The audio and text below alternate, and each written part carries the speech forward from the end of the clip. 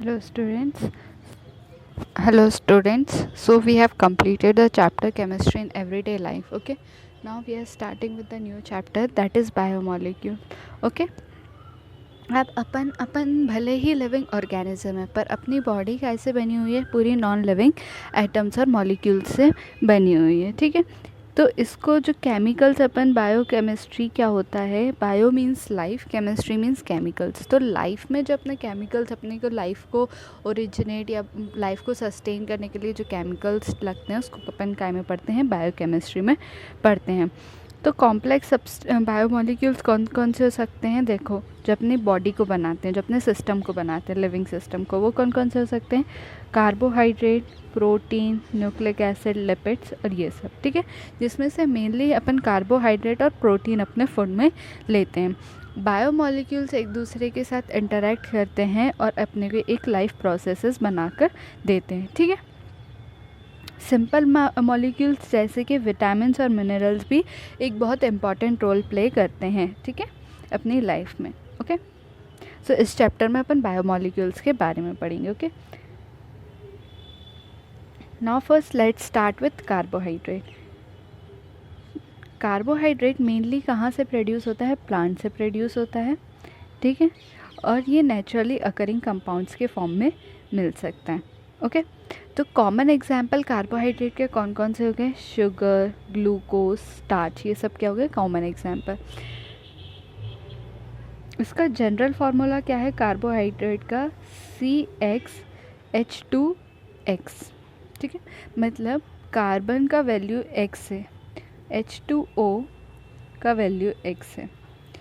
ठीक है. जो कार्बन का वैल्यू यहाँ पे x का वैल्यू रख दें. जैसे मैंने मान लो Cx का वैल्यू रखा 2. ठीक है. H2O और यहाँ पे भी रखा 2. तो अपन इसको 2 को इंटू अंदर मल्टीप्लाई कर देंगे तो मेन फार्मूला क्या बन जाएगा, C2H4O2. ठीक है.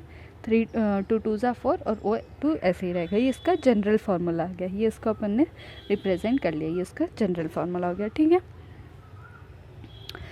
तो वाटर में आ रहा है अपना, तो water is what, hydrated form में लेते हैं अपन वाटर को. इसलिए अपन इसको क्या बोलते हैं कि जो कार्बोहाइड्रेट्स हैं वो क्या होते हैं, हाइड्रेट्स ऑफ कार्बन होते हैं. Carbohydrates are the hydrates of carbon. ठीक है. जैसे कि अपन ग्लूकोज का फॉर्मूला देखें तो C6H12O6. तो C6H12O6, तो इसको जनरल फार्मूला में, इस फार्मूला में पुट करने की वैल्यू वो करें कोशिश, तो क्या हो जाएगा, x का वैल्यू क्या हो गया, 6H2O6. ओके. ये फार्मूला बन जाएगा. ऐसे अपन रिप्रेजेंट कर सकते हैं. बट ज़रूरी नहीं है सारे कार्बोहाइड्रेट ऐसे ही रिप्रेजेंट हो. ठीक है. सारे कार्बोहाइड्रेट का जनरल फार्मूला यही हो. और ज़रूरी नहीं है जिनका फार्मूला, जनरल फार्मूला कार्बोहाइड्रेट के जनरल फार्मूला से मैच करता है वो कार्बोहाइड्रेट हो, वो दूसरे कंपाउंड्स भी हो सकते हैं. जैसे एसिटिक एसिड देखो. ठीक है. CH3COOH एसिटिक एसिड हो गया. ये जनरल फार्मूला में फिट हो रहा है. इसको अपन ऐसे लिख सकते हैं C2H2O होल ट्वाइस 2. कैसे देखो, तो क्या बन जाएगा, CH3C डबल बॉन्ड OH बन सकता है. पर ये एक कार्बोहाइड्रेट नहीं होता है. ठीक है. ओके. वैसे ही रैमनोस जो है, वैसे ही रैमनोस जिसका फार्मूला क्या है, C6H12O5. ये आपको कार्बोहाइड्रेट के जनरल फार्मूला में फिक्स होता हुआ नहीं दिख रहा है, बट ये कार्बोहाइड्रेट है. तो इसलिए ऐसा भी हो सकता है कुछ कार्बोहाइड्रेट के जनरल फार्मूला हो पर वो कार्बोहाइड्रेट ना हो, और जिसका कार्बोहाइड्रेट है उनके जनरल फार्मूला में वो फिट नहीं हो रहे. ठीक है.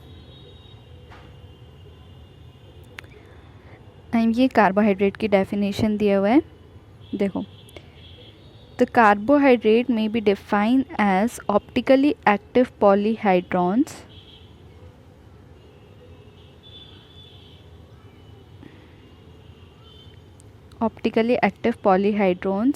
ऑफ एल्डिहाइड्स और कीटोन और the compounds of the same group के हो सकते हैं।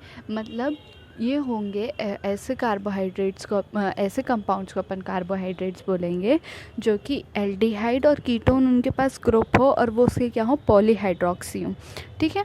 और या तो ऐसे कंपाउंड जो सिमिलर ग्रुप या शो करें, ठीक है, उनको भी अपन क्या बोल सकते हैं, कार्बोहाइड्रेट्स बोल सकते हैं।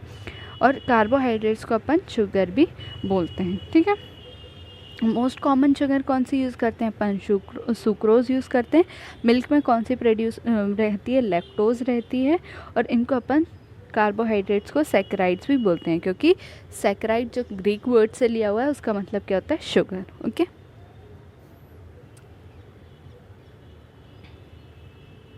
Late us try to classify carbohydrates, ठीक है। कार्बोहाइड्रेट्स को अपन कैसे क्लासीफाई करेंगे कि वो हाइड्रोलिसिस पे कैसा बिहेवियर शो करते हैं। हाइड्रोलिसिस मतलब जब उनका वाटर के साथ रिएक्शन करवा देंगे तो वो कैसा रिएक्शन शो करवाने के बाद वो कैसा बिहेवियर शो करेंगे, अपन उसके बेसिस पे अपन कार्बोहाइड्रेट्स को क्लासीफाई करेंगे, ठीक है। तो पहले स्टार्ट करते हैं मोनोसेक्राइड्स से। मोनोसेक्राइड्स क्या होते हैं, ऐसे कार्बोहाइड्रेट्स जिनको अगर अपन वापस से हाइड्रोलाइज करें तो वो और हाइड्रोलाइज नहीं हो पाएंगे और छोटी यूनिट नहीं दे पाएंगे। जैसे प्राइमरी होते हैं कि अपन उनको और तोड़ेंगे तो वो और नहीं टूट पाते, वैसे ही मोनोसेक्राइड्स होते हैं जिनको अपन हाइड्रोलाइसिस करेंगे तो वो और हाइड्रोलाइज नहीं हो पाएंगे। तो ये क्या होते हैं, सिंपल यूनिट होते हैं, किसकी, पॉलीहाइड्रोक्सी ऑफ एल्डिहाइड और कीटोन की सिंपल यूनिट होते हैं। इनको क्या बोलते हैं अपन, मोनोसेक्राइड्स, ठीक है। तो अभी तक के 20 मोनोसेक्राइड्स अभी तक के नोन है नेचर में। कुछ कॉमन एग्जाम्पल अपन देखें तो कौन कौन से, ग्लूकोज, फ्रक्टोज और राइबोज, ये कुछ कॉमन एग्जाम्पल हैं काय के, मोनोसेक्राइड्स के। अब अपन देखते हैं ऑलिगोसेक्राइड्स। ऑलिगोसेक्राइड्स ऐसे कार्बोहाइड्रेट्स होते हैं जो हाइड्रोलिसिस पे अपने को 2 to 10 मोनोसेक्राइड्स यूनिट दे सकें। वो सारे किस में आएंगे, इसमें आएंगे ऑलिगोसेक्राइड्स में, जो मतलब हाइड्रोलिसिस करने पे 2 से 10 तक के अपने को क्या दे सके, छोटी सिंपल यूनिट दे सके काय की, मोनोसेक्राइड्स की। उनको काय में डालेंगे अपन, ऑलिगोसेक्राइड्स में। अगर वो अपने को 2 यूनिट देता है तो अपन क्या बोलते हैं, डाइसेक्राइड हाइड्रोलिसिस पे। अगर 3 यूनिट मिलती हैं अपने को तो उसको बोलेंगे ट्राइसेक्राइड्स, टेट्रासेक्राइड्स, ऐसे करके फर्दर बोलते जाएंगे। और 10 तक के अपन क्या बोलेंगे, ऑलिगोसेक्राइड्स, ठीक है। ऑलिगोसेक्राइड्स में मोस्ट कॉमन क्या होते हैं, डाइसेक्राइड्स होते हैं, ठीक है। जब अपन इसको हाइड्रोलाइज करेंगे तो ये अपने को 2 मोनोसेक्राइड्स की यूनिट देगा, ठीक है। वन मॉलिक्यूल, जैसे अपन ग्लूकोज का एग्जाम्पल लें, सुक्रोज का एग्जाम्पल लें, जो कि क्या है अपना डाइसेक्राइड्स है। तो डाइसेक्राइड्स होने के बाद जब ये हाइड्रोलाइज करवाएंगे अपन को तो ये एक मॉलिक्यूल क्या देगा, ग्लूकोज का देगा, दूसरा मॉलिक्यूल क्या देगा, फ्रक्टोज का हो सकता है। वैसे ही मतलब ये हाइड्रोलिसिस पे 2 अलग अलग मॉलिक्यूल्स भी दे सकते हैं, जैसे इसने ग्लूकोज का दिया और फ्रक्टोज का दिया। वैसे ही ये हाइड्रोलाइसिस पे, जैसे माल्टोज जब अपन हाइड्रोलाइज करेंगे तो 2 मॉलिक्यूल ऑफ ग्लूकोज देंगे तो सिंगल कंपाउंड दिया, 2 कंपाउंड भी दे सकते हैं और सिंगल कंपाउंड भी दे सकते हैं, ओके। नाउ अपन देखते हैं पॉलीसेक्राइड्स के बारे में, ठीक है। पॉलीसेक्राइड्स क्या हैं, जो हाइड्रोलिसिस करने पे 10 से बड़ी यूनिट देंगे, 10 से बड़ी यूनिट देंगे तो वो काय में आएंगे, पॉलीसेक्राइड्स में होंगे, ठीक है। और जो हाइड्रोलाइसिस करने पे अपने को large number of monosaccharides unit मिल सकता है जिनसे, ठीक है। फॉर एग्जाम्पल अपन देखें तो स्टार्च, सेल्यूलोज, ग्लाइकोजन, गम्स, ये सब क्या हैं, पॉलीसेक्राइड्स में आते हैं। अब पॉलीसेक्राइड्स जो हैं वो स्वीट नहीं होते, ठीक है, और इसलिए इनको क्या बोलते हैं, पॉलीसेक्राइड्स को नॉन शुगर भी बोला जाता है क्योंकि वो स्वीट नहीं है। फिर आता है अपना कार्बोहाइड्रेट्स को अपन रिड्यूसिंग शुगर भी बोल सकते हैं और नॉन रिड्यूसिंग शुगर भी बोल सकते हैं। रिड्यूसिंग शुगर वो होंगी जो फैलेंस और टॉलेंस रिएजेंट को रिड्यूस करें, जो फैलेंस और टॉलेंस रिएजेंट को रिड्यूस करवा देंगे उनको अपन काय में लेंगे, रिड्यूसिंग शुगर्स में। तो सारे मोनोसेक्राइड्स जो एल्डिहाइड हो या फिर कीटोन हो वो काय में आ जाएंगे, रिड्यूसिंग शुगर में।